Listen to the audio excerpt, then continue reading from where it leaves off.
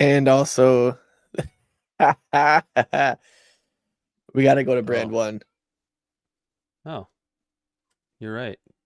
Play the intro. Well, we're already live. Just play the intro. Do it. Just fucking play it. Fucking play it. I don't know where it is. It's in brand one. I got it. It's not working. It's not. Anyway, welcome in to another rousing rendition of Libservative, intellectual idiots fostering political Peekaboo. and cultural literacy. He, as always, is Corey Walsh. He's Dad Griffin. Well, the Bodysnatcher on the ones and twos. We tried something different tonight, and our intro didn't play. We apologize. We'll get this all worked out. That's what happens when you try something new without testing it first. So, what do we have in front of us tonight, Corey? We obviously had a quote unquote landslide of an election. Oh, fuck! All right, what are you doing now? I'm gonna stop. It was the intro. What the fuck are you doing over here? We're just trying things, I guess. I don't fucking know. This show's going down like the Edmund Fitzgerald. Throw that one in there. Oh, man. A blue wave, not necessarily. We're going to explain why. It wasn't a good night for Republicans, for sure. I don't think Democrats should celebrate as much as maybe they are. And I don't think Republicans should be freaking out or be as disappointed as maybe they are in certain instances. We've got SCOTUS possibly, maybe, sort of, yes, shutting down Trump's tariffs. A good thing in principle, a bad thing for wealth distribution. We'll get into that a little bit. And those are the big things, right? Oh, yeah, and we can't forget about the Zionist war against Tucker Carlson that has taken place over the past week. As Tucker calls it, the war for what happens to the Republican Party post-Trump. I think he's partially right about that. I think that's kind of what this is in one way or another. So where do we start? Did you guys see the Charlie Kirk costumes for Halloween? I did see some things, but you know what I also saw actually was this article that was talking about how like there was these teachers who were wearing a shirt that had like it said what did it say on it? I forget what it even said on it, but it had the blood on it. Yeah. And it had nothing to do with it. Oh yeah, so they said problem solved. And what was this about? And it had nothing to do with Charlie Kirk. It had nothing to do with Charlie Kirk. And they had this shirt. They had these costumes. And I think it might even have been from like the year before. But here, I was trying to bring it up so you could see it. But they do kind of have the blood on it. Yeah. And it says problem solved. And apparently it had something to do with like they wore the same shirts last year. It was something about like probably math problems or something like that. And they decided to splash blood on it? I guess so, but they did it last year too. That's the thing. It's like they have photos of them wearing them last year as well. And it was a Halloween costume. I don't remember the exact story. I just remember reading that they did it last year, did it this year. Everyone thought it was a Charlie Kirk thing.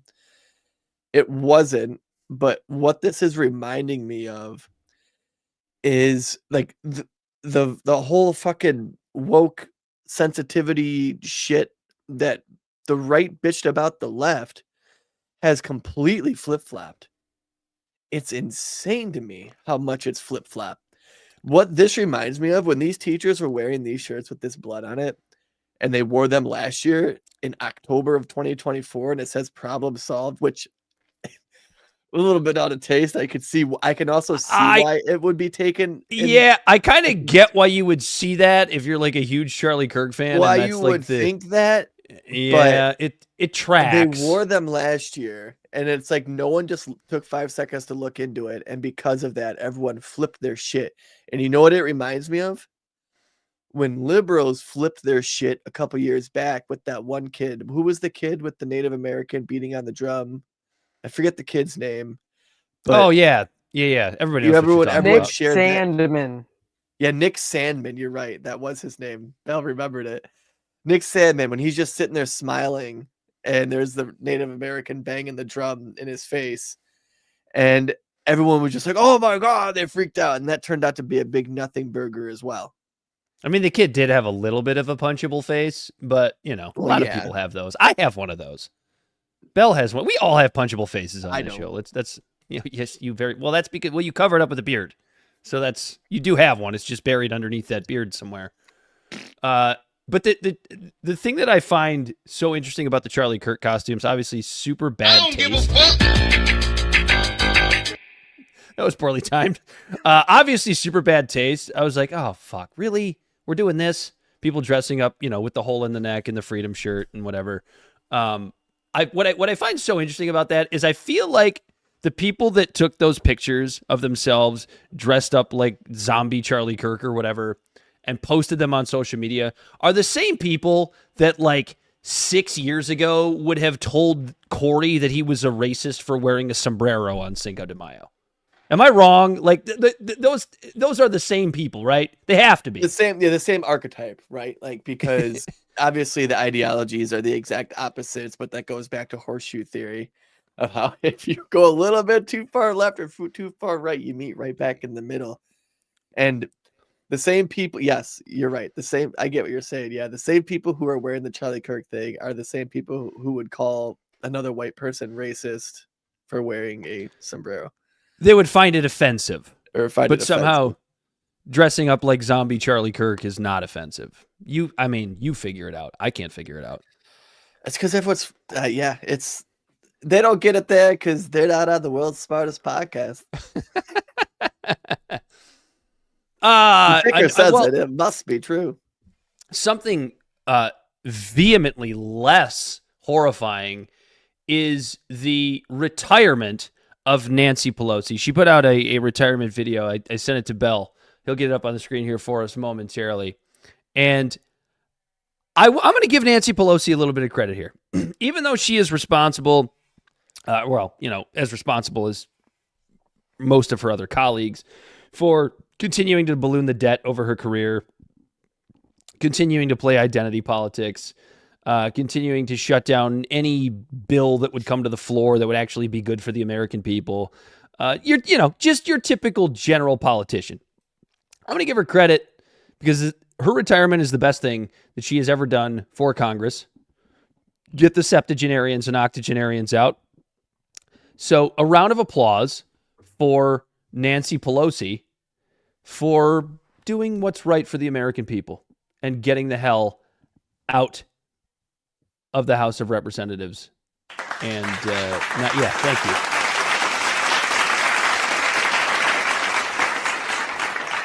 Thank you, Nancy Pelosi. The only problem is I'm pretty sure she's pushing for her daughter to take her seat. So I can't imagine how that's going to go, because if there's one thing that Nancy Pelosi is, we know she's a bulldog. We know she will slit your throat. Literally and maybe figuratively and maybe literally. Is Pelosi no Jr. going to be the same? But and here's the thing: say what you want about Nancy Pelosi. I don't know how this is possible, but she's still pretty goddamn popular in her district. I don't know how or why, but she is, mostly because, as we often talk about with Congress, they get horrible approval ratings, but everybody for some reason approves of their Congress people. She's Cali. What district is hers? San Francisco. San Francisco, right? Yeah. Yeah. Yeah. So a bunch of really rich people. Yeah, fair enough. Including Nancy Pelosi. She had a great career. Turned herself into a multimillionaire. Yeah, as a congresswoman. Hell of a another round of applause for. She's really good at stock market. Yeah, she's a hell of a trader. Is that what she's done to your brain belt? She's really good at stock market. She's really good. Yeah. Yeah. Go ahead and play. Actually, I'm going to switch this this over before you do that. Oh, Bell's gone now. See, this is what happens. Bell's back. Do you remember when she sold those Nvidia shares before they went through the roof? You mean bought? No, she sold them. No, she sold them. No, she sold them because she wanted everybody to think that her and Paul were like good people and not trying to profit off of their shares using the insider knowledge that she gets in Congress. So they took a loss to look like good people, and it's like that's still insider trading, asshole. Yeah, like the timing of that to look better was impeccable. That's funny, right? Like, oh my god, so stupid. I'll play the video. Yeah, go for it. That Very is successful. They insult us in an attempt to gaslight us, and we will not stand for it. The election to Congress. With a grateful heart, I look forward to my final year of service as your proud representative. As we go forward, my message to the city I love is this: San Francisco, know your power. We have made history. We have made progress. We have always led the way. And now we must continue to do so by remaining full participants in our democracy and fighting for the American ideal. Crash the dildos back! In doing so, we ensure that our city shines on as a beacon of hope, justice, and peace. Come on now, you expect me to believe that? After all, San Francisco is the greatest city on earth, the most extraordinary people. Well, it's arguable. And a place that I will always believe is heaven. A good reason for her retirement after this is filmed on a Super 8. For trusting me to be your voice in Congress. May God bless you, and may God bless the United States of America. And may God have mercy on all of your souls. All senior citizens should have life alert. Barf. She does cigarettes. She does look like maybe she was a heavy smoker at one point in her illustrious career. Was it before or after? Yeah, the back when job? she was, Nobody knows. Back before they made it illegal to fucking smoke at hospitals in the 50s. Yeah, she was in the house. She was in the house smoking cigarettes to kill the bacteria in her stomach. Oh my God. The thing is, I would say good riddance, but what's going to replace Nancy Pelosi? Perhaps Nancy Pelosi Jr. I don't think that's her actual name, but Nancy Pelosi, part two. Can she carry the bulldog?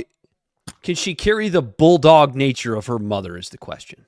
That's the number. No, she's one probably question. super timid because I bet you her mom ran that back in the house too. And hit her with a hammer. I was just about to say she could probably use a hammer pretty good. Jesus Christ. Anyway, Well, you're not she that gone. smart. I know what's going on. You're just showing off on friggin' TV again. Yep. Dick Cheney died too. That's it. Did we not ask like 4 episodes ago? Did one of us, I think it was me, ask if he was still alive? Oh boy. Well, for Dick Cheney, don't get bogged down by all the haters out there. Yeah.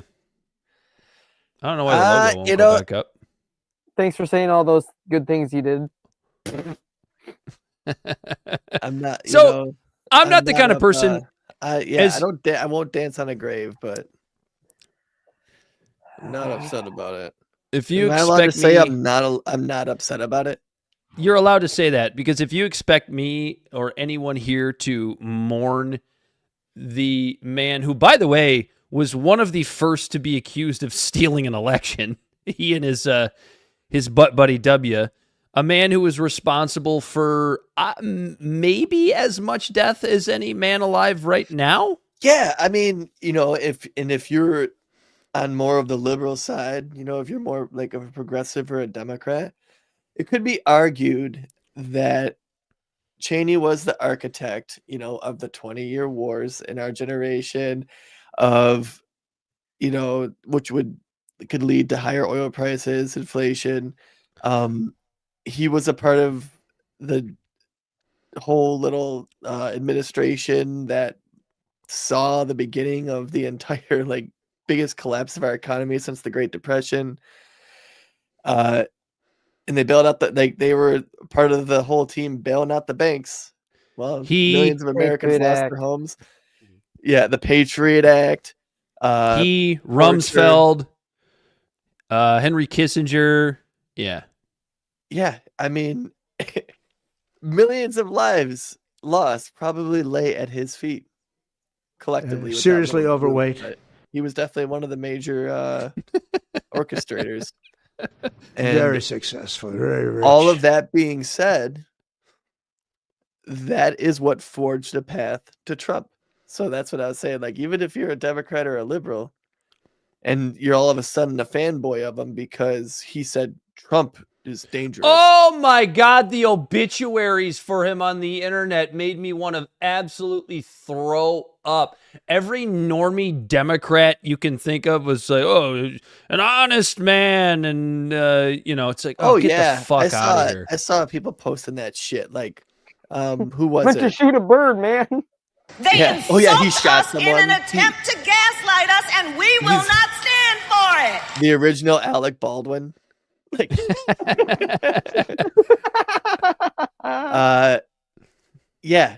and he was an architect of what was the Lewis to Trump today.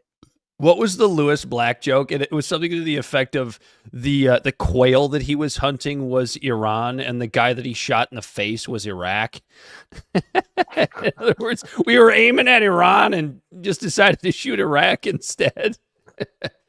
Obviously, Lewis Black tells it better than I do, but that's from a nice, a really good special that's probably like 20 years old now at this point. Yeah, Dick Cheney's dead. Ding dong. I won't say the rest. I think it's a very rude introduction. It is not, Mr. President. It is the introduction that somebody like Dick Cheney deserves. They're cheating, they're crooked, they're corrupt. Yeah, you should know that. I didn't know she was black. I really don't know what he said at the end of that sentence. I don't think he knows what he said either. That's the one I was trying to play. Like, when they're both labeled. One says didn't know, the other one says don't know. Well, we gotta fix that. Yeah, we're gonna have to fix that one. I think it's a very rude introduction. MTG was on The View on November 4th, Election Day, also my birthday, so happy birthday to me. And this is fucking bizarro world, man. Marjorie Taylor Greene on The View and playing nice with the squawking birds of The View. Which side are you on? You're seeing a lot of people in the conservative. We're seeing a lot of people in the conservative sphere going, she's a flip-flopper. I don't even care about that. I just didn't understand, what am I watching right now? Because people that are haters of Marjorie Taylor Greene are obviously, as you said, Corey, accusing her of softening and trying to play nice with the libtards. Has she softened, or has because some of the stuff she's saying, she's still kind of saying the shit she's always said about the border, about this different shit.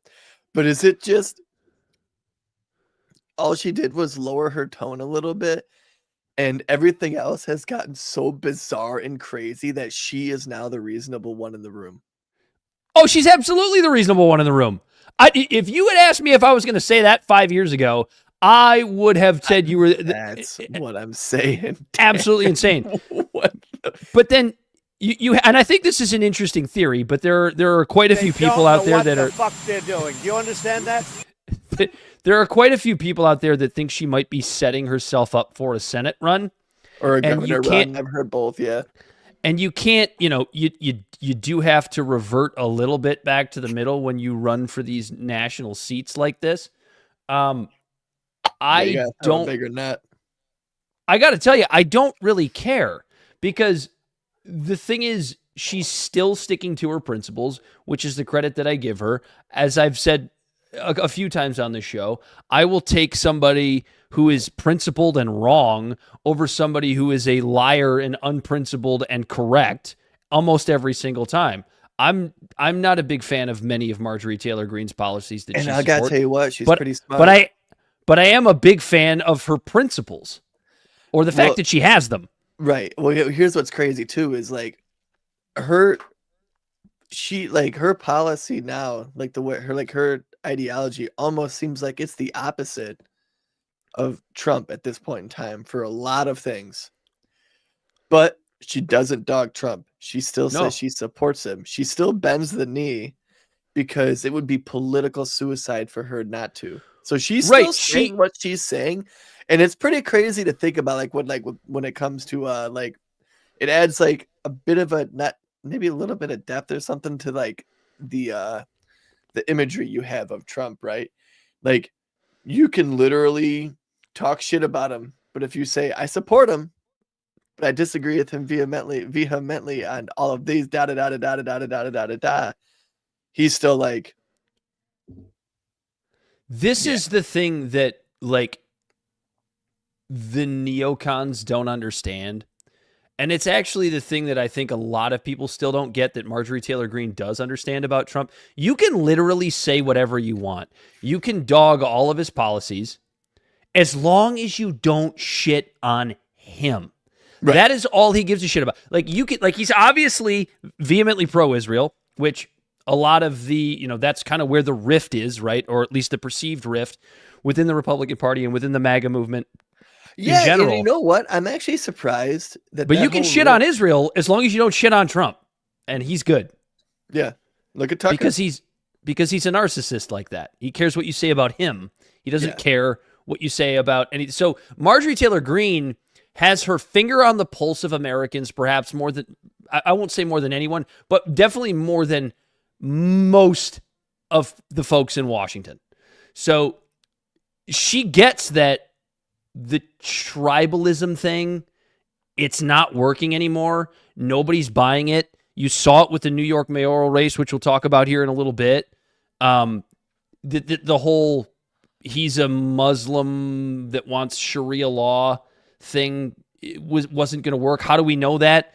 Just look at how many Jews voted for Zoran Mamdani. It was 1/3 of New York Jews voted for Zoran Mamdani because they all knew that it was bullshit. You had Dave Smith on Steven Crowder's show who tried to pull that shit with him a couple of weeks ago, where he just went. Crowder's so fucking annoying. Well, yeah, Steven Crowder's a moron, but he went.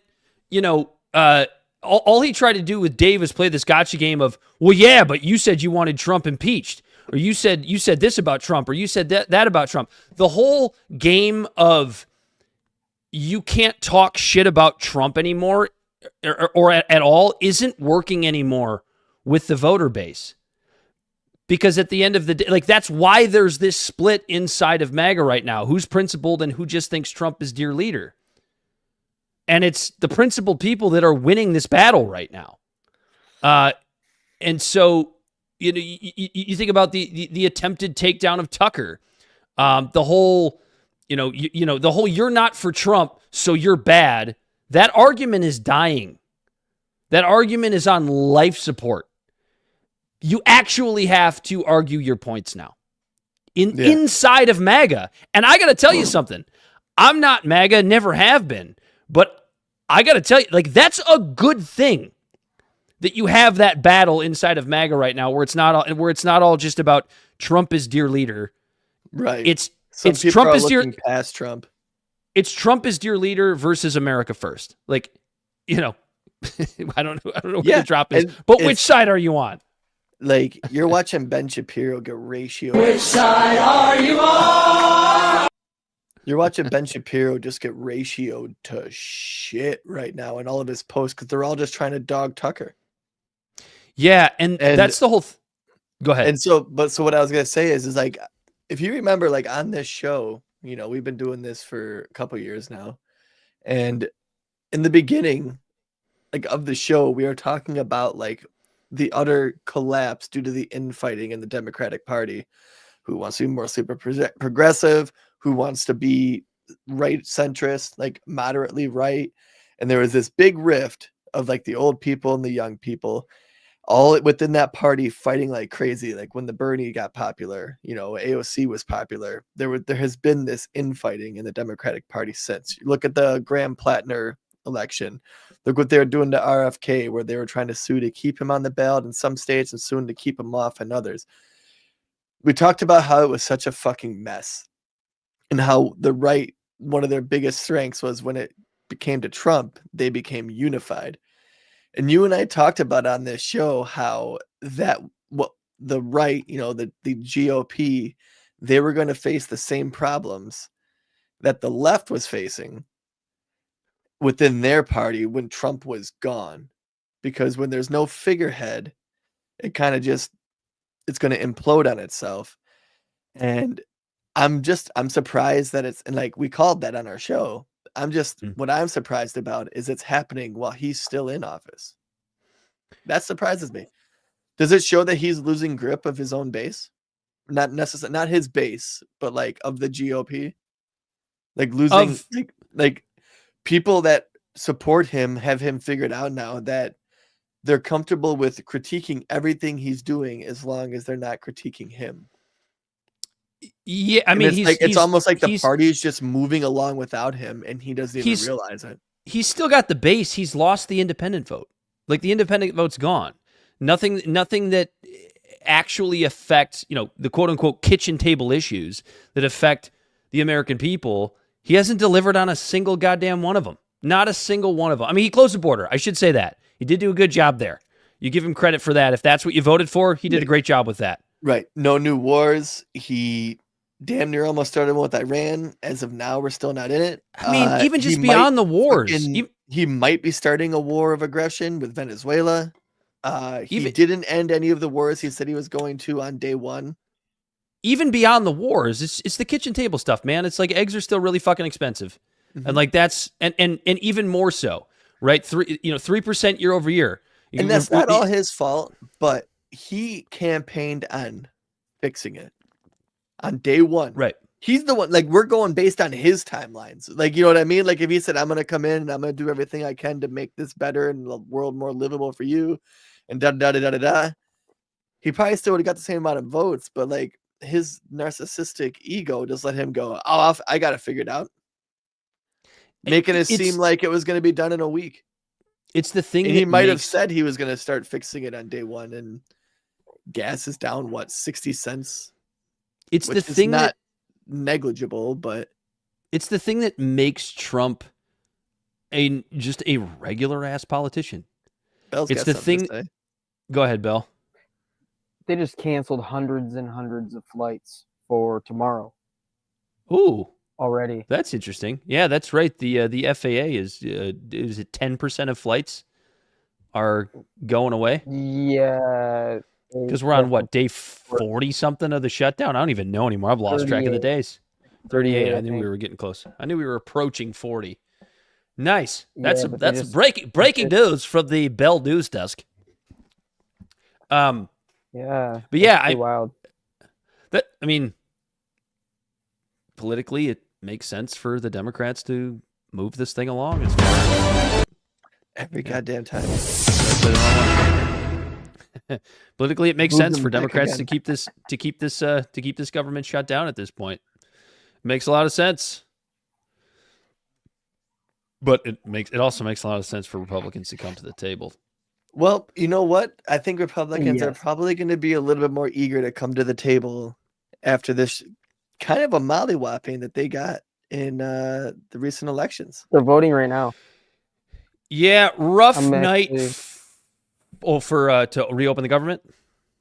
Oh yeah, watch it happen now. Like the timeline of the fight just probably got cut in half in the least. Like they didn't do so hot, and although like a shit ton of exit polling show that they kind of lost the Latino vote. Like in all the different little states, like the states where these votes were happening in exit polls, like Latinos were asked if they thought Trump went too far with what he's doing with immigration. And it's like a 70% slide that yes. And he garnered the biggest Latino vote to the point that it convinced Texas to do their redistricting lately. And they created, I believe that it's four new Hispanic majority districts under a plan to gain 5 House seats. But now the Hispanics are jumping back to the Democrats. So like you now potentially created 5 seats to lose in Texas. And in your little gerrymandering thing, hold on, Dan, and they're in their little gerrymandering king, it kicked off a firestorm to where you had New Jersey, California, and what was it, Virginia, all do redistricting as well to favor the Democrats, to only in an attempt to just combat what Texas did. Utah too now technically pretty much has 2 swing states or swing districts. And so you did all this to like help your position in the fucking House in the US, created a bunch of blue states to do the same thing. And now some of the new districts you created could potentially be toss-ups. Go blue. Yeah, they could go blue. On top they probably of won't, but other they could. Seats, on top of other seats that will now be created because of what you started. Talk about a political miscalculation. That might be the scariest thing for Republicans right now, because like obviously Tuesday was a rough night for Republicans. Watch how fast these because we talked about this on the show too, like with Trump and the raids and stuff like that. He expended between that, Iran, not the Epstein files. He basically expended all of his political capital. And watch how fast those raids get just a little bit more quiet, a little bit more stealthy, not a big show of force. More like how Obama did it. I don't know, man. Kristi Noem and Tom Homan are nuts. But aren't them two fighting with each other? Isn't there like just a bunch of infighting in his party right now? But I mean, I wouldn't be surprised. I'm not paying a whole lot of attention to that. But Trump blames the heavy losses on Tuesday because on the fact that Trump himself wasn't not on the ballot. I mean, okay, so he's not totally wrong, right? Midterms and especially these off-year elections are generally rough for incumbent parties. And in recent elections, when both houses are held when both houses of Congress are held by the same party along with the White House, it's generally pretty rough for the party in power. But we are kind of at a place now in American elections where it's a little bit of a joke. I shouldn't even say a little bit. It's a huge joke in that neither one of these parties has any ability to win an election. It's just who loses more. It's always who loses more, because we don't even have to like mention 2024. We all know why Democrats got blown out in that election. You had a senile president, then replaced him with a fucking moron. And then that affected ultimately the down ballot down voting. ticket. It always does. Up for her, yeah. The president always, whoever's on the presidential ticket always affects down ballot. Which is kind of stupid the way our election system is set up like that. Well, it's kind of our fault as voters for not paying more attention down ticket, the things that actually affect our everyday lives. Right. That's how most of us operate. But he's like, I went in for down ticket shit. I don't know. I wrote my own name in for president last time. Yeah, you got to vote. I got to vote. But this was a situation where Trump's dismal year, and it was dismal. It wasn't good. It was not a good year. Definitely affected this election. This is an indictment on Trump's job as president of the United States. This is not because of anti-Semitism or whatever dumb bullshit Ben Shapiro is going to tell you on his stupid fucking show, because that's kind of what some of the Zionists are blaming this on. It's the rift, it's the fact that Tucker Carlson and those people have moved away from Israel, that Republicans got smacked in the mouth on Tuesday. That's not why. This is an indictment on Donald Trump. It's always an indictment on, and at the end of the day, What does it come down to? How many years ago was it James Carville took to the TV and said, it's the economy, stupid? Nothing has changed in that regard with any major elections. I mean, sure, at least, the high-profile elections. You start getting more local, you start getting into the state, obviously things can be different. But the high-profile ones, Virginia, New Jersey, New York City, I should say, this was all sort of economy-based. And I think one thing that it might be a saving grace for Republicans in this election is this. The fact that all of these high-profile races, they were always going to go blue anyway. They really were. I mean, Virginia, you would think that if Trump had done a good job, Virginia could be a close enough state where Republicans could have a chance. That's the only one where you could maybe look at it and go, yeah, this is a serious indictment on Republicans. But New Jersey, it's been blue basically since Chris Christie. New York City, obviously, no Republican's going to win that right now. But it's not. But the whole thing is like it's not impossible, right? Giuliani wasn't that long ago. America's mayor, cleaned up the streets. Since then, kind of had a little bit of a fall from grace, but a decent job in his time in office as New York mayor. Like, these things can be brought back if your party is doing the things that it says it's going to do at the national level, and it just hasn't done that. And Trump's administration should take that to heart. Probably won't, because he's a lame duck president at this point. But what does it matter to him? Oh no, Dan, you asked certain people, and he's running again in 2028. Yeah, well, as soon as we can get the Constitution changed, good luck for that. Good luck with As soon that. as we get the Constitution changed and find him some sort of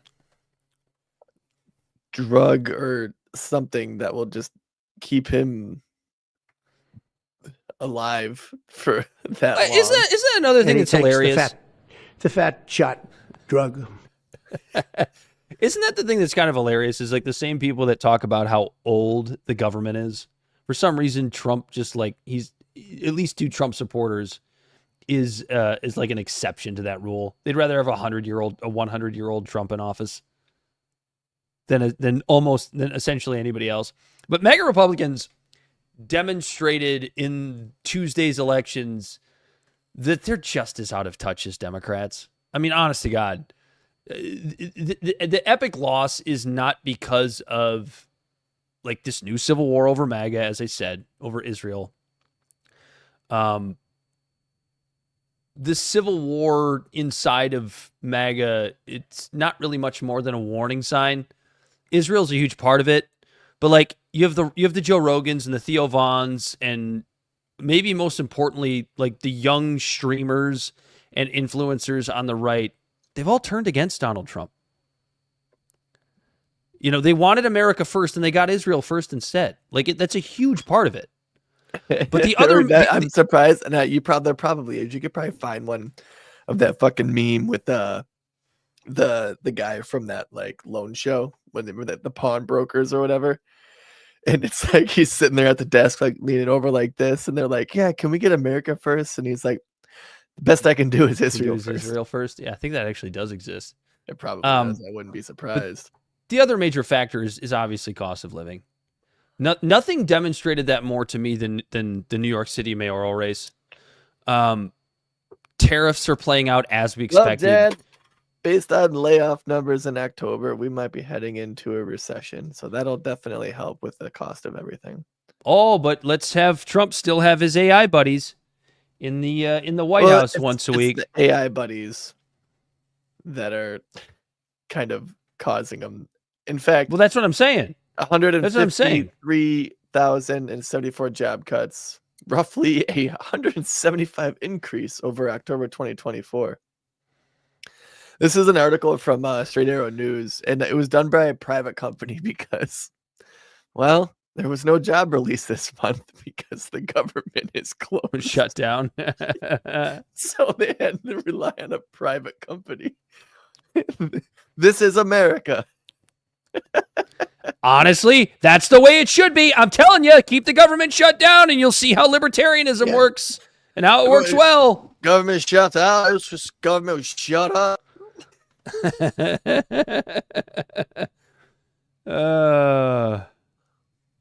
So yeah, the other thing obviously is the cost of living. Nothing demonstrated that more than New York City. Tariffs are playing out as we expected, raising the price of everyday goods. We talked last week about the price of beef and how Trump wants to knock down the price of foreign beef coming in, but also wants ranchers to lower their prices. It doesn't work that way. Just basic economic literacy will tell you that. And now Trump wants to reduce the amount of, it wants to reduce the amount of beef coming into the country. AI is a big part of it. We all see, Trump courting the Peter Thiels and the Elons of the world. I don't even have anything against those guys on any sort of personal level. I really don't. But, you have these guys pushing data centers as the electrical grid is in shambles.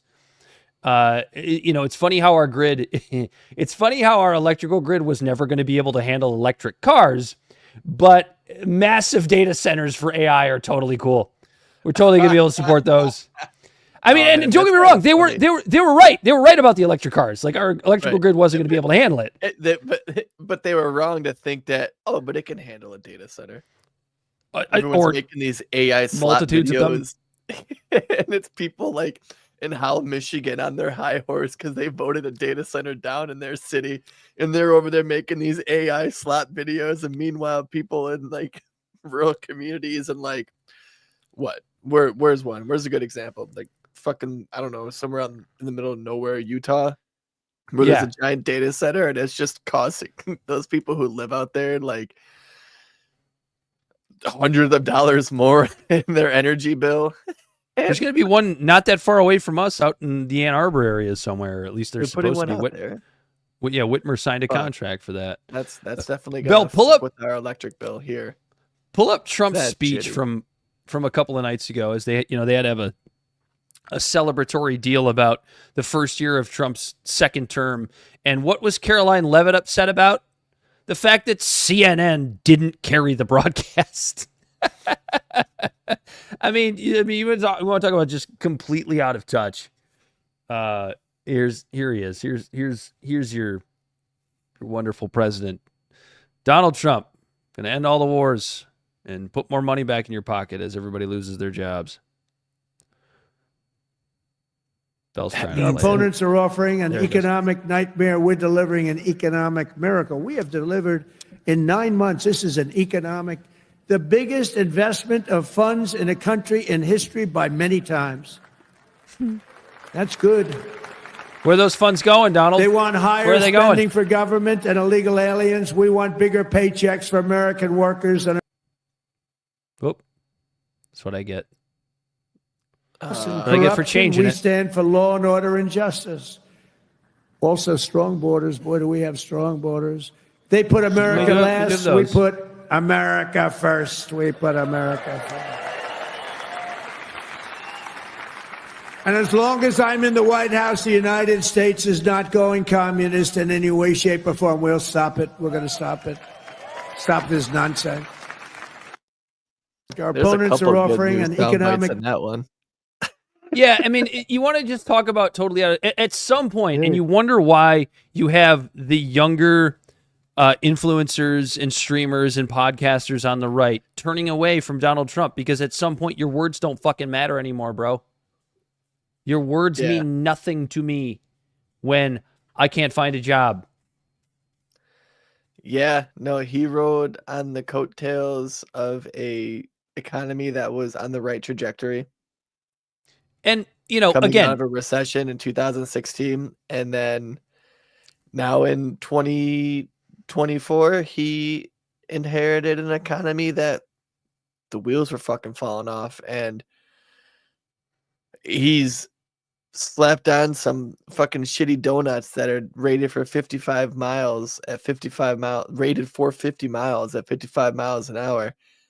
And he's calling it good. And everyone's like, dude. Well, does it not sound, I mean, how Biden-esque does it sound?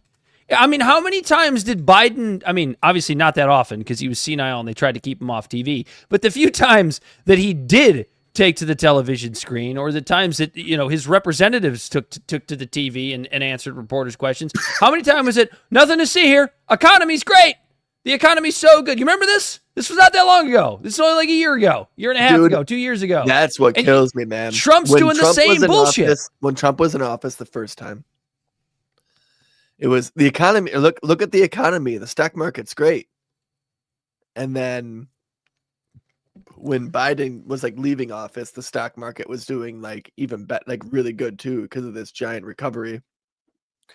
And everyone's like, under Biden, even though there was like a 10% fucking inflation and all that shit, like the economy was hanging on by a thread to the point that the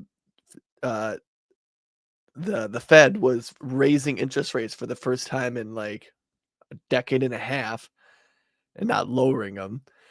And the Biden administration was going, look at the fucking stock market. Everyone keeps rating, everyone, and then Republicans were like, oh, but it's not, Wall Street ain't Main Street. Exactly. And now it's flip-flopped. Now there's this AI bubble that's fucking insane.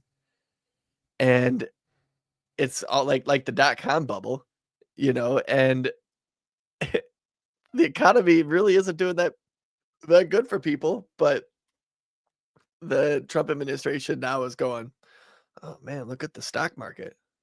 Yeah, stocks are great. Main Street, not Wall Street. You know, it's so clear. Everything's expensive. They're also pulling that same bullshit that the Biden administration pulled, where they would be like, well, last year inflation was 7%, now it's 4%, so it's down 3%. No, it's just 4% on top of that 7% from last year. And Trump's administration is doing the same bullshit. Well, it's down to 2%. Yeah. It's down to 3%.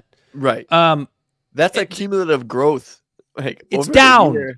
It's down. It's not down. The dollar has been devalued by between 4 and 11%, depending on the index you're looking at. Since just the beginning of this year. Yeah. Artificial rate cuts, tariffs, foreign investors hedging against U.S. assets. That's what the economy is right now. Yeah. No, the value of the dollar is still slipping. It slips every day. Every time a dollar is printed, the previous dollar is worth less, even though if it's like a fraction of a fraction of a fraction of a percent. Because there's so many dollars and the velocity of money in America is something. It sure is. There are too many dollars. Backed by America just going, yeah, it's worth that much. That actually kind of brings me to... The reason that money is sustainable is because of the fact that we have the biggest Navy and Air Force in the world. That actually kind of brings me to the possibility of the Supreme Court killing Trump's tariffs. Because that's a big reason for the devaluation of the dollar. When you want to sit there and play hardball with every single... I mean, there are a million reasons that we could get into for why tariffs are terrible, but this is just one of those things where if you want to sit there and play hardball with everyone, guess what? They're going to de-dollarize because you are a maniac. Because you are a fucking maniac. And you're all over the place, and you basically take the advice of whoever was the last person in the Oval Office. And here, and like what's crazy about that too is like, you know, I did the cough bricks thing. A lot of people who are like still like have faith in this whatever this economy is, they go, yeah, but bricks is shaky because of like who's a part of it, you know, and bricks is shaky because it's based on, you know, countries who sometimes don't always get along. And it's like, yeah, sure. So there's vulnerabilities to it. But why keep doing shit that's going to push them into trying to get rid of those vulnerabilities. It's vulnerable right now. Make the dollar more attractable, not less. It's vulnerable, so let's lower the bar of the American dollar to make because trade deficits, like, Corey, a viable option. Like what? Right, and then trade deficits. Peekaboo. Yeah, because you know, yeah, you know why? Because Jamaica better be buying as much shit and export like, just as much. You know what I mean? Like trade deficits. A country that has the GDP that is less than one of our states in America better be able to play ball at the same scale that America does. Yeah. But we have SCOTUS on it, and in fact, we have the conservatives of the Supreme Court looking to take down Trump's tariffs because they see what the hell's going on here. That's interesting, right? Gorsuch, Kavanaugh, Coney Barrett. The possibility is that this is going to be deemed an illegal tax, which could force. This is just one scenario. And I have a feeling based on this government's track record, and I'm not even just talking about the Trump government, I'm just talking about the United States government's track record. This could force the government to essentially pay back the companies charged with buying the tariffed goods. Yeah, so that's where it gets sticky, right? We're talking no, it's fucking awful, Corey, because they go, what do you think these companies are going to do with that excess cash? You think they're going to pass it on to the consumer, or do you think they're going to have more stock buybacks? So the point of this is, which is maybe the point you were getting to, and I apologize if I cut you off, but it pisses me off so much. We just had the greatest upward transfer of wealth in this nation's history over COVID. What will this entail? Another massive transfer of wealth, because everybody, you, me, Bell, our family members, people that are slightly richer than us, people that are poorer than us, we all paid the full price for the tariff goods. Do we get our money back for the extra money that we paid on these goods? No, of course we don't. Nope. But the companies do. Yeah, and might. And so we're paying again with our tax dollars to pay this off because the other money's already spent, whether it's a ballroom or hiring more people who don't know the fucking Constitution, arresting American citizens and breaking up fucking kindergarten graduations or bombs in Israel. Like, I mean, like the money was fucking spent, and now we're going to have to pay more money to pay off something that our government did that might be deemed illegal. And I don't know. I don't even have anything else to add. All I can say is this. I can already see the brain dead Trump is dear leader faction of MAGA just blaming the courts. Yep. They're rigged. Yep. They rigged. They this is why we needed to have the tariffs in place. Oh, dude. Should we make a bold prediction and say, what if now Trump wants to expand the court? Yeah, here's a the shot thing. In the dark, but I don't see that happening, right? What good does that do? It's already a conservative court. Because then he gets to appoint someone. He's got 3 appointments already that are on his side. Yeah. Well, are they? If they go against his tariffs? That's what I mean. He's made 3 appointments already. Right. None of his appointments are on his side. I believe that's the case. If they vote against him, he's just going to be like, they're cheating, they're crooked, they're corrupt. They should be fired. We need term. He'll say we need term limits in the Supreme Court. That'll be the next one. A total Democrat talking point. I love it. It's totally coming. Do you have anything else you want to add to this SCOTUS? Because here's the thing. I'll end my opinion with this. It's like, in principle, it's the right thing to do for the Supreme Court to kill these tariffs. But if the light, I should say, if the darkness at the end of the tunnel is an incredible upward transfer of wealth, I mean, are you better off keeping the tariffs in place? No, you're not. You're not better keeping the tariffs in place. Well, here's the thing: is because what I guess what the premise of the argument is, it's not necessarily about the tariffs, but it's about Trump enacting the International Power of the Emergency Purse. Economic Powers Act, which is basically to make it to where like it's an emergency, so I'm doing these tariffs. What's happening in this court case is kind of like when Whitmer got her court case overturned when she enacted the War Powers Act in Michigan. And there was two of them, one from World War I and one from like the 70s, and she should have done the one from the 70s. Just my personal opinion. Imagine that she gets it wrong. She's only got two choices. She got a 50-50 shot of getting it right. she just sat at the executive office at the Michigan State Capitol and just flipped a coin and went with the one that came up. Oh man. What do you think about the I'll start with this because I think this is a pretty quick topic. What do you think about this idea of Maduro mass arming his citizens? Well, him doing that kind of calls the bluff of the American mainstream Neocons? media. Yeah, the American mainstream media saying that like the people that live there want freedom and democracy. Yeah, don't you think they'd turn those guns against him?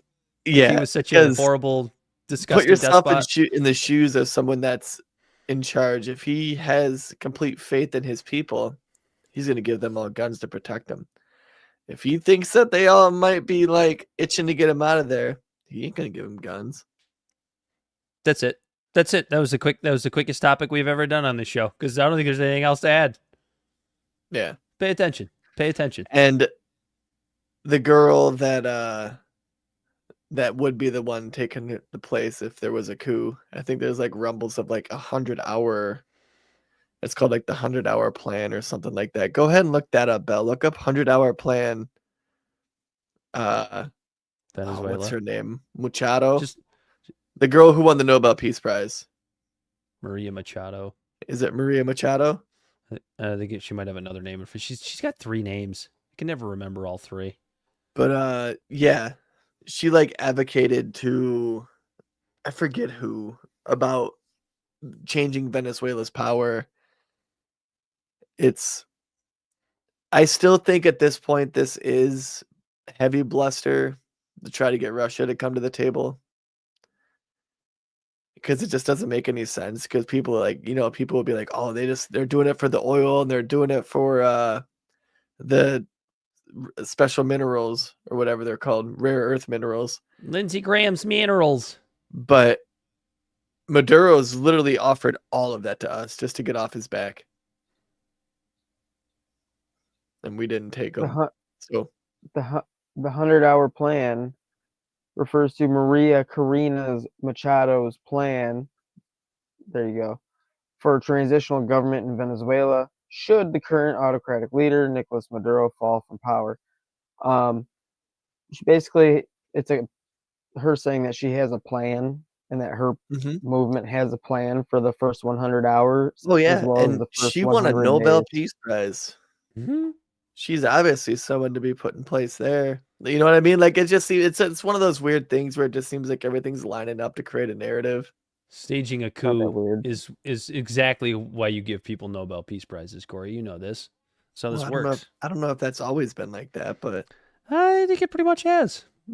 At least in recent, it's a joke. The award is a joke. I don't understand why Trump wanted it so bad. Because Obama won it. Yeah, I guess that's probably right. He really does like to compare himself that to Obama, uppity son of a bitch who was president before me. Like I feel like he won a Nobel Peace Prize and I can't. I didn't know she was black. He's like, come on. You've done a hell of a lousy job. He was not talking to Obama. He was talking about the Nobel Committee. On this Zionist right-wing attempted takedown of Tucker Carlson, I think we know who's going to win this fight, because where are most people more and more every day as young people get a little bit older and younger people get a little bit older as well? Most media is consumed on the internet. Most media is consumed on YouTube. Most media is consumed on podcasts. Who are the top podcasts in the United States right now? It's Joe Rogan. It's Tucker Carlson. It's Candace Owens. There's a reason people are listening to these people. I have a feeling, and Nick Fuentes is probably in there somewhere, but he was like kicked off of Spotify, so I don't really know where he fits, but he's also up there. He's growing. And so I really think when it comes to Fuentes in this MAGA quote unquote civil war and what the Zionists are trying to do to Nick Fuentes, I think they're initiating a bit of a Pied Piper strategy with Nick Fuentes. If you sit there and you prop up this racist, bigoted, anti-Semite, quote unquote, these are their words, not necessarily mine, although I agree with some of that. If you prop this guy up and make him the poster boy of the anti-Zionist right, the idea is these people are evil, bigoted anti-Semites, right? That's what they tried to do to Tucker. The fact that Tucker Carlson had Nick Fuentes on his show was so far beyond the pale, which is, by the way, a very 2017 to 2020 woke thing to say. Tucker having Fuentes on his show, which is so far beyond the pale, he must agree with him. The fact is this. Tucker Carlson understands what I think you understand, Corey, what I understand, what I think Bella understands, what a lot of people understand. I think Nick Fuentes has some abhorrent opinions. Mm-hmm. However, he isn't going away. So what is the better thing to do? The Mark Levin strategy of trying to get him thrown off of everything and thrown out of every discussion and try to get him canceled, or the Tucker strategy of sitting down with this guy and having a conversation with him? It's very Daryl Davis, right? For anybody who doesn't remember who Daryl Davis is, he is the black man who has had a multitude of KKK robes given to him as people leave the KKK simply because Daryl had a conversation with him. This is how you move the needle in the right direction. So what is the other critique of Tucker Carlson here? The other critique was, and I saw this one made me laugh so hard, which was Tucker didn't challenge Nick Fuentes enough. Okay. Another like super woke moving goalposts thing to say. Because if you remember when the woke left was trying to get everybody canceled and throwing a fit, it started off as, you platformed that person. You must agree with everything they say, you bigot. You're canceled now too. And then the goalposts moved to, you didn't challenge that person when you had them on. You must agree with everything you say. You must agree with everything he says, you bigot. And now we've moved the goalpost to something that's completely unfalsifiable, which is, you didn't challenge that person enough. You must agree with everything he says, you bigot. That's not falsifiable. That's subjective. Right. You may not believe that Tucker challenged Fuentes enough, while I did. Because here's the thing, and then I'll let you go, Corey. Tucker Carlson challenged Nick Fuentes on that podcast. He absolutely did. Just because he didn't yell at him and scream at him and call him an anti-Semite and a racist, like you would maybe see from, I don't know, like a Breonna Joy Gray circa 2017. Just because he didn't do that doesn't mean he didn't challenge him. Just because he didn't challenge him. Just because he didn't do the Go ahead. Jordan Peterson, like, well, you just live in your basement, don't you? Blah blah blah, like the Jordan Peterson shit that Jordan Peterson does with those eyes. Yeah, no, because there was a part that I distinctly remember where he was they were talking about Jewish people, and in regards of how Nick Fuentes has a view that he broad brushstrokes them, which is something on our show we said we've always vehemently disagreed with. But Tucker was like, "Oh no, you can't do that. like God judges every person as an individual, and as a Christian, you should also think the same way. You claim to be a Christian. As a Christian, in the Bible, and he starts citing verses about how when God is judging people, he judges them as an individual, and he should too. And then he's talking about Saul, and who Saul was, a Pharisee who did kill Christians. He was like someone going out and like just massacring Christians, had a character arc, and then decided to be one of the biggest advocates of Christianity in the world. He's like, you could judge him as a Pharisee, someone who killed Christians, or you could judge him as the individual who decided to change his ways. And like, remember he went into this whole spiel. Yeah. Because the tone was soft, because he wasn't leaning forward in his seat and talking shit just to get that poking him in the chest, just to get that one soundbite, to get that 30-second clip that's going to go viral for 2 days and everyone's going to forget about it. No, he was trying to create something with substance, something that lasted 2 hours of a conversation, because that's what he wants his show to be. And Tucker makes the point all the time, and I have my disagreements with Tucker. I think you do too, Corey. But one thing that I agree with Tucker, and it's part of a Judeo-Christian ethic, which is, other than original sin, right? If you are a follower of the Bible, other than original sin is not passed on through biology, right? Nor is virtue, right? Tucker makes that point a lot, because, it just makes complete sense, because if that's the case, I'm only bringing this up because I just started watching the documentary on the one of the documentaries on the BTK killer who had children, right? Serial killer. Well, if sin is passed down through biology, then we might as well put all of the BTK killers' kids to death. They're serial killers by biology. Right. And then we're in North Korea. Right. So like I thought the interview was fine. I didn't have an issue with it. And Fuentes kind of conceded. There was no reason for it to get heated. Like he just kind of like glazed over it and was like, yeah, you might be right. And Tucker did the whole, another, I don't remember the exact verbiage or anything, but there was another part where they were talking about, women and women's roles in the home. And they're conservatives, and, Tucker's a traditional gender role kind of guy. I don't necessarily agree with him on a lot of those opinions, but like Tucker's whole point was like, yeah, dude, women aren't so bad, because Nick talks a lot of shit about women. Right. Yeah. And then, because Fuentes was saying something about how, the woman has to be subservient. They're not your best friend, or something like that. And Tucker was like, well, I don't know if I agree with that. Something to that effect.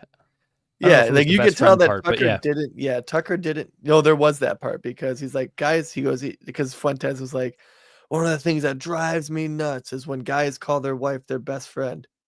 And Tucker's like, why would you say that?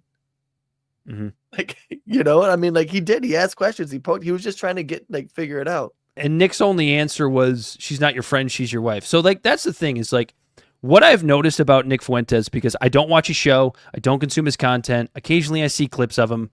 But what I did listen to was every minute of the interview that he did with Glenn Greenwald, every minute of the interview that he did with Dave Smith, and every minute of the interview that he did with Tucker Carlson, all long form conversations.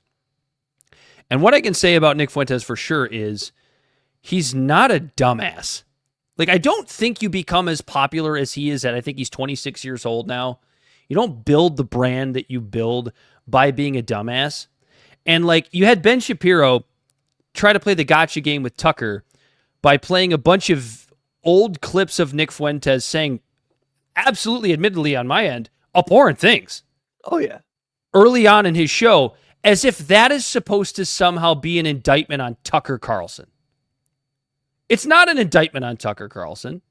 And I would be willing to even concede the idea that Nick Fuentes has probably grown up a little bit since then.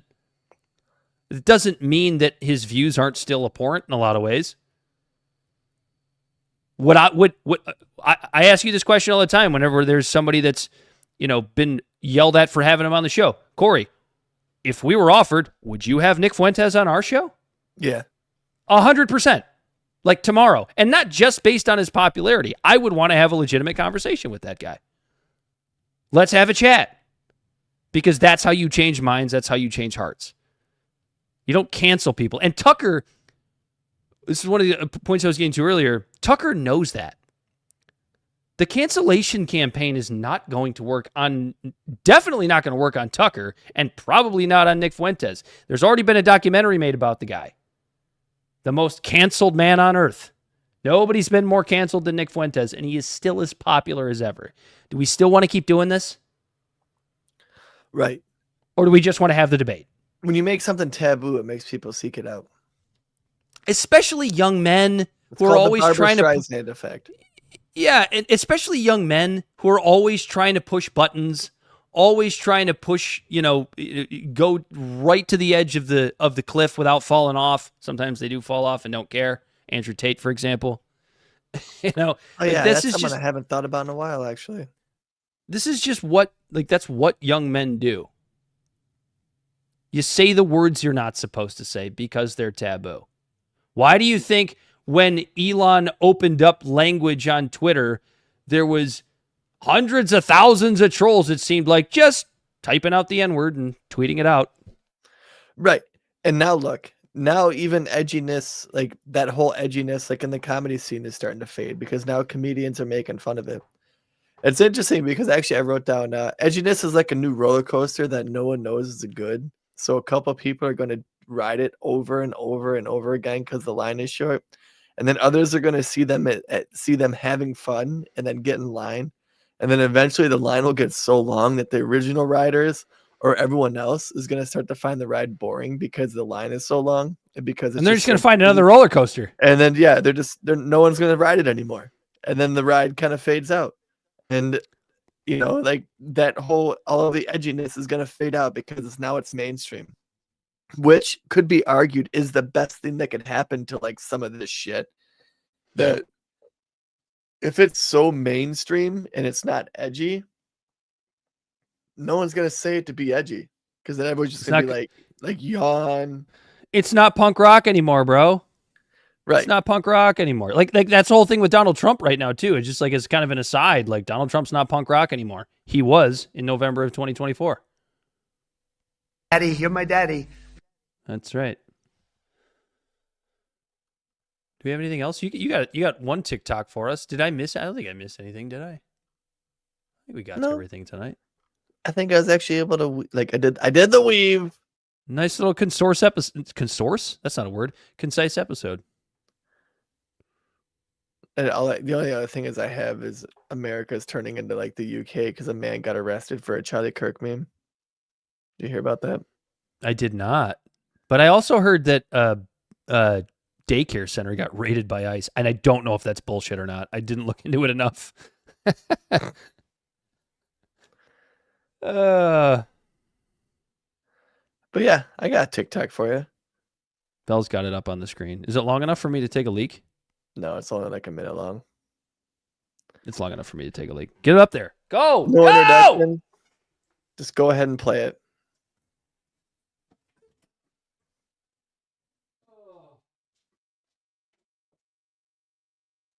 Playing something good? Hell yeah!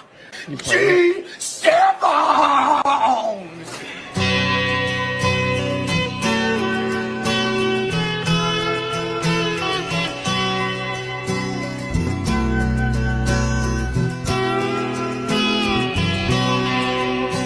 4 days away, boys. The legend lives on from the Chippewa on down of the big lake they call Gitchagumi. Like how I slid that in there. The lake, it is said, never gives up her dead when the skies of November turn gloomy.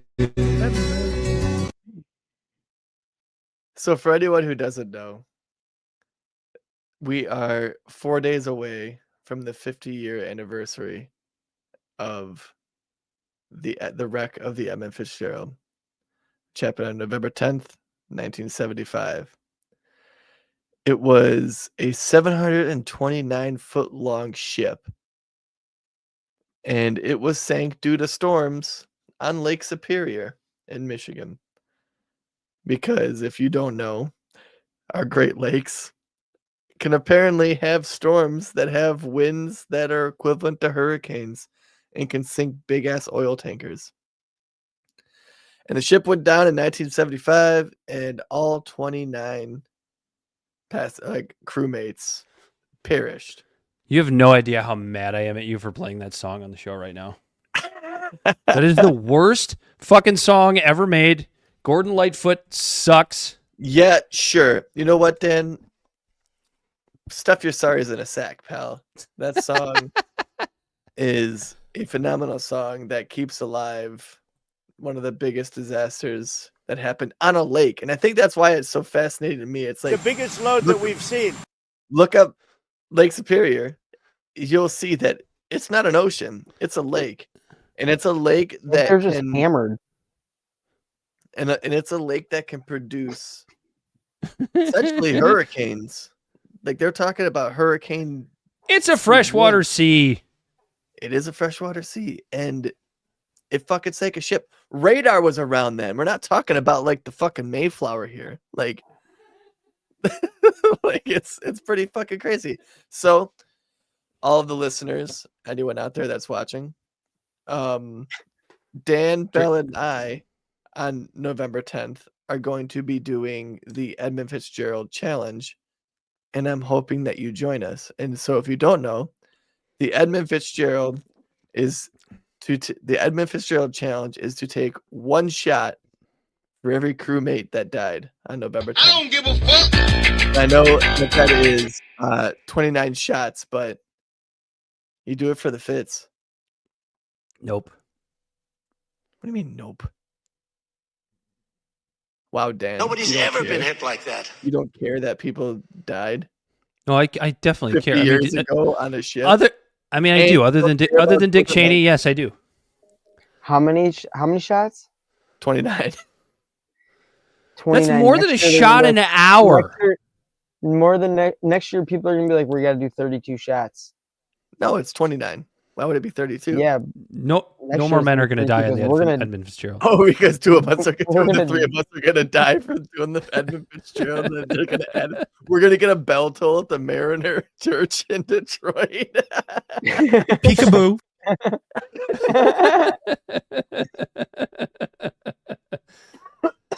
But yeah, no, it's a big thing in the Midwest. Like they have a big memorial for the families in Detroit.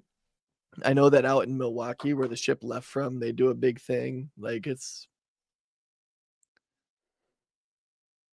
the Midwest and shit. Of a goddamn stadium, 2 football fields in length, and more.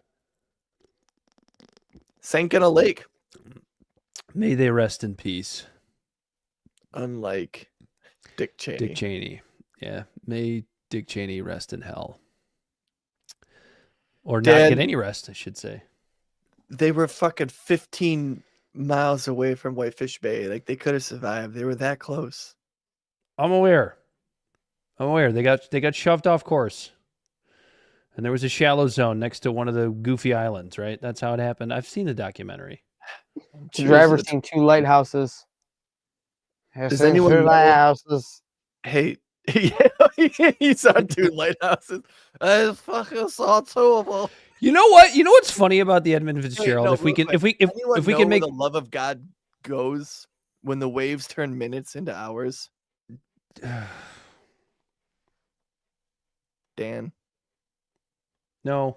The legend lives on from the Chippewa on down of the great lake they call Gitchagumi. Let me just pour some of this out. No, I'm just kidding.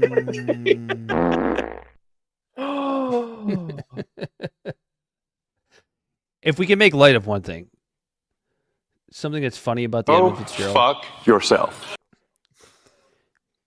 Why is it like the only tragedy where there's like no conspiracy theories? Are there any conspiracy theories about the Edmund Fitzgerald sinking? There might be, but like aliens, or at least aliens, no, right? Like aliens has to be one of them. I'm gonna take a look. Yeah, look, but like the song is accurate when it says the legend lives on. You know, it's been said that the sea doesn't give up its dead when the November gales come or whatever. Like the song talks about like the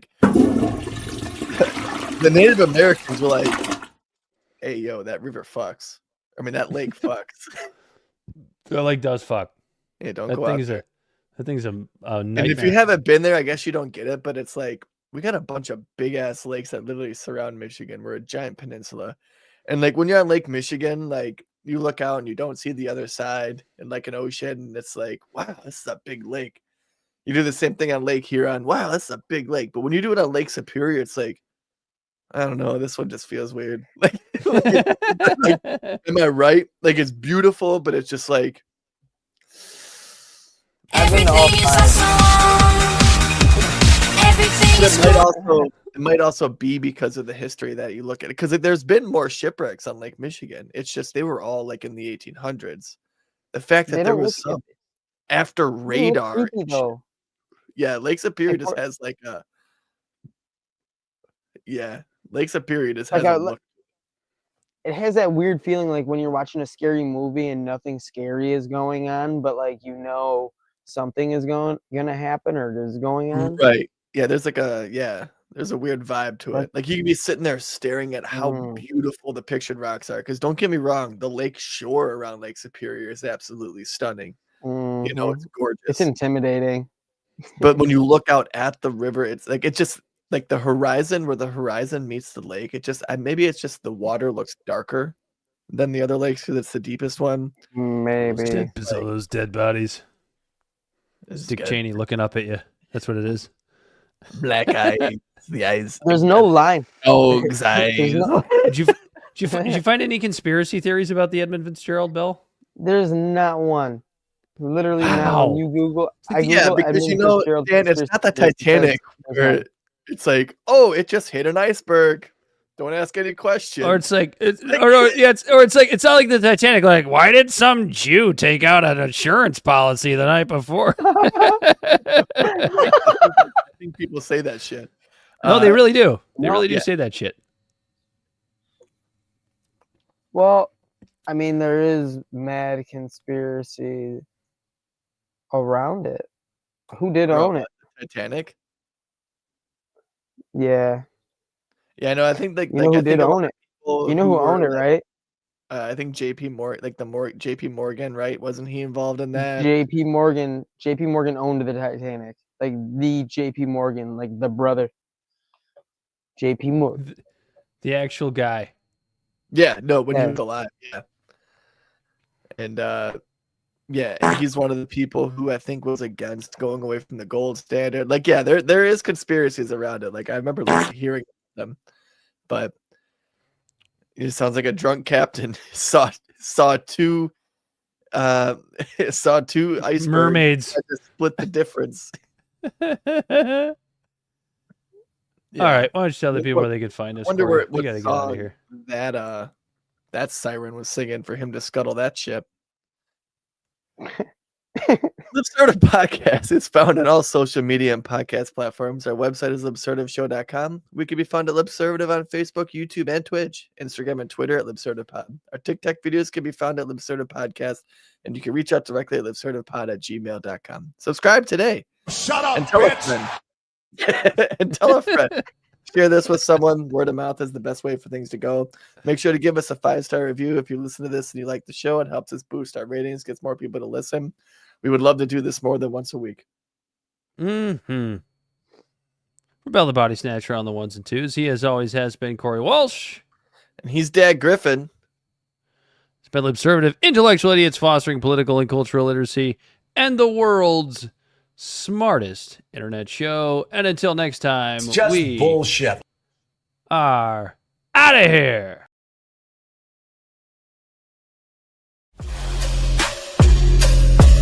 The great fundamental issue now before our people.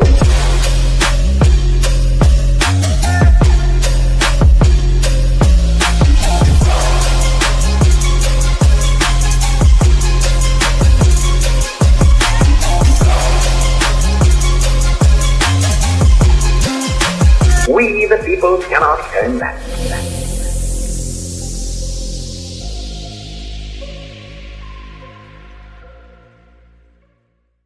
Somebody must lead, or else the fight would not be made at all.